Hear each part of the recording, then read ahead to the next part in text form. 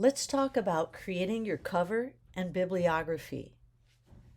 You can earn up to 10 points by creating the cover and bibliography. So the cover is worth 5 points and the bibliography 5 points. It's important that you're going to credit all the sources that you used for imagery within your journal.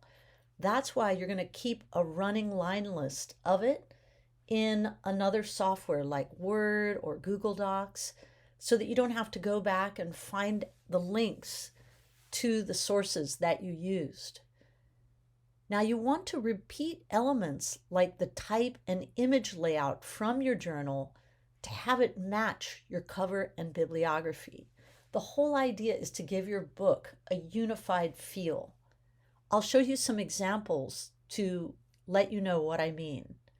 You're going to save all of your links as you go in that separate document. And then what you'll do is compile them into columns and shorten the links. So you're going to edit out HTTP and www. And everything that's going to come after like .com or .net. So you're going to just have that root of the link. You're going to have a heading listing each style above the links. And you want to shorten those long line links of headlines, for example, photography in the modern movement, by breaking them into 2 lines. So it would be like photography and the break modern movement. You wouldn't want to create a line break that would leave one word by itself. You want to make those headings bolder than the links, or maybe in a different font or a color to show hierarchy. And it's very important that you keep consistent spacing. You want to align things along the top, and then the space between the items should be the same. So the space, say, between the Victorian era and arts and crafts should be the same as the space between arts and crafts and ukiyo-e. So you want that consistency. Now, it's quite likely you're going to need more than just one spread to fit your bibliography. Go ahead and add as many pages as you need. You can easily do that in InDesign. It's important to credit all your sources and keep a good, strong layout. You never want to list a link twice under one heading, just one time. So I'm giving you an example there in the middle column. You see Victorian era, you would not list Pinterest.com twice, only once under each heading. So if you use it for arts and crafts, you would list it one time again, but not twice under one heading, even if you got 2 images from Pinterest for the Victorian era. The format is just the same as the rest of your journal. The pages are 8 inches by 8 inches square, so a spread will be 2 pages side by side, and that would be the entire spread of 8 by 16. Now, if you're submitting your entire document once again, like an overall PDF that includes your journal, the front cover, the bibliography, the first page will be at the beginning and the back page will be at the end. And that's fine if you want to resubmit everything twice, submitting it once to the journal assignment and once to the cover and bibliography assignment. But you could also choose to submit just screenshots. And if that's the case, remember that the front cover should go on the right side and the back cover would go on the left. You see a little diagram below. This is the most common mistake people make on their cover. And so what they do is they put the back cover on the front. But if you take any book that's nearby and you open it up and lay it face down, notice where the front cover is falling. It's on the right side. So make sure you get things in the right position to avoid losing points. You don't want to put things like small type in the gutter. The gutter is where you see that dotted line where the book would be bound. So you don't want to run type over that. You want to stay within that 8 inch by 8 inch square on the right for your front cover. but you could definitely wrap elements around like visual images, etc., because good design does wrap around, and that would look great. Then when you get to the bibliography, as you can see, the first page of your bibliography would be on the left and the second page on the right. Again, you can add as many pages as needed to credit all your sources. Now, on the cover bibliography assignment, it's really important that you submit it again via the cover and bibliography assignment, because it's the only way that I can attach a grade sheet. So thanks for making sure to submit it twice if you included it in your journal submission. Let's take a look first at just some covers. I want to show you how covers really correspond to what happened inside the journal visually.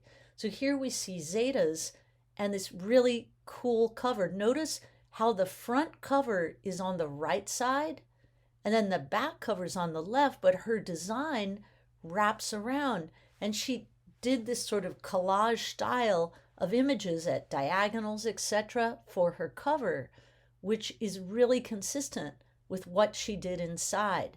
And when I look at it, it feels like these designs all go together. Not to mention, she used the same font for the history of graphic design as she did for her headlines. So those are the things you want to do to make things look like they go together. Here's another cover by Sherwin. You'll remember his journal and this wonderful timeline that he created. And I think his cover is really outstanding. I love the way he used type, and he put all the design styles in that yellow band. It really makes it feel like it goes with the rest of the design. Notice the text on the front is on the right-hand side of the book. And I also want to point out that whenever you have a two-line headline like this, you want to tighten the leading of your two-line headline. Don't trust auto-leading on your computer because the spacing most likely won't be good. So you're going to want to tighten the leading. Leading is the space between the lines of type.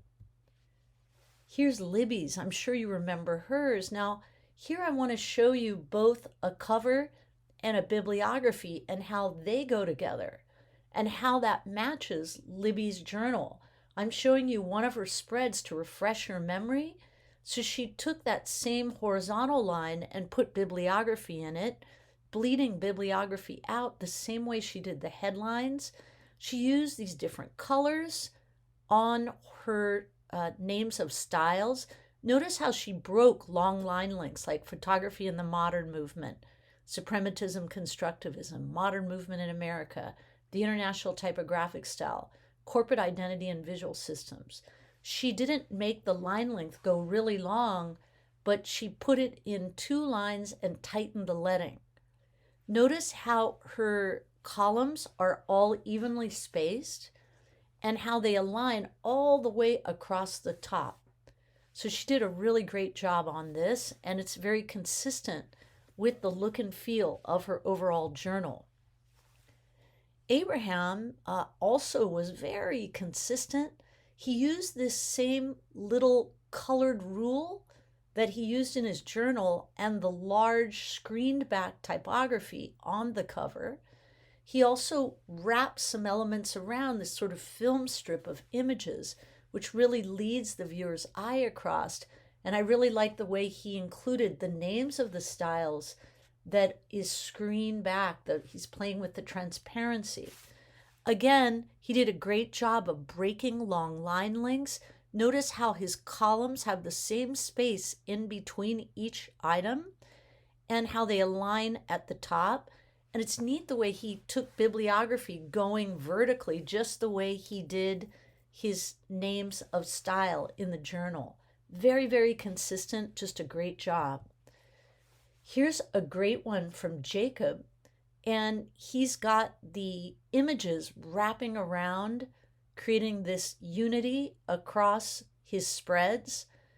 Notice how he has the text on the right-hand side of the cover where it belongs, but our eye still travels to the back because of the way he wrapped the images. He's also playing with transparency as he did in his journal. His bibliography has these wonderful strips at the bottom and the top. He's also got a screen back image, just like he did in his journal. And then he's broken his text up very well, and he's shortened all of his line links. Notice there's no HTTP, www dot, and there's nothing after like .com or .edu. He's shortened all of his links so they look really nice and clean. You'll get marked down if you don't shorten your links. And here we see Kate's version, again, highly consistent with what she did in her journal. As you'll recall, she used circles, so she did that again on her cover. She's got the date, and notice the clever name she came up with, A Visual Survey of Graphic Design History. You can name your journal anything you want because it's like a book. And in fact, I want to tell you that many students, after they finish, use a service online like Blurb, where you can very affordably print this book out and you can make a coffee table book with it. And they look amazing. A lot of people do that for gifts for people, but eventually when you're done, you could make your own coffee table book. And note how her bibliography really looks like the rest of the journal. Nadja, she's the one who played with transparency, and she did it again on her bibliography and her cover. So by using those elements again, she's really creating consistency with the inside of her journal. Notice her headlines are in the right place. She came up with a clever one, graphic design throughout time. She's got her leading nice and tight, and she's broken those long line links and shortened them. It's a fantastic job. Sarah used images just like she did in her journal, and she wraps all of these amazing images around in this fantastic grid. And she chose to put her name on the back cover. She's got her text on the front, and notice how consistent it is. She needed more than one page on her bibliography. So she repeats bibliography again on the second page, but everything is very consistent. It's working well with the rest of her journal. And lastly, I'd like to show you Juliana Schroeder's journal. Here, it's a beautiful carpet of images covering the entire front. She's got a strip across it, and her bibliography uses these blocks of color. And this is so consistent with what she did in her journal with color blocking. It's just a fantastic layout that works so well and is very consistent. Her line links are shortened. Notice that on the bibliography, she does not put type in the middle between the two spreads in the gutter where the book would be bound. Many students accidentally put type there and it just won't work. It will disappear. So whatever you do, don't put type right in the middle of the gutter or it will disappear and you'll get marked down. So thanks for listening to this, and let me know if you have any questions.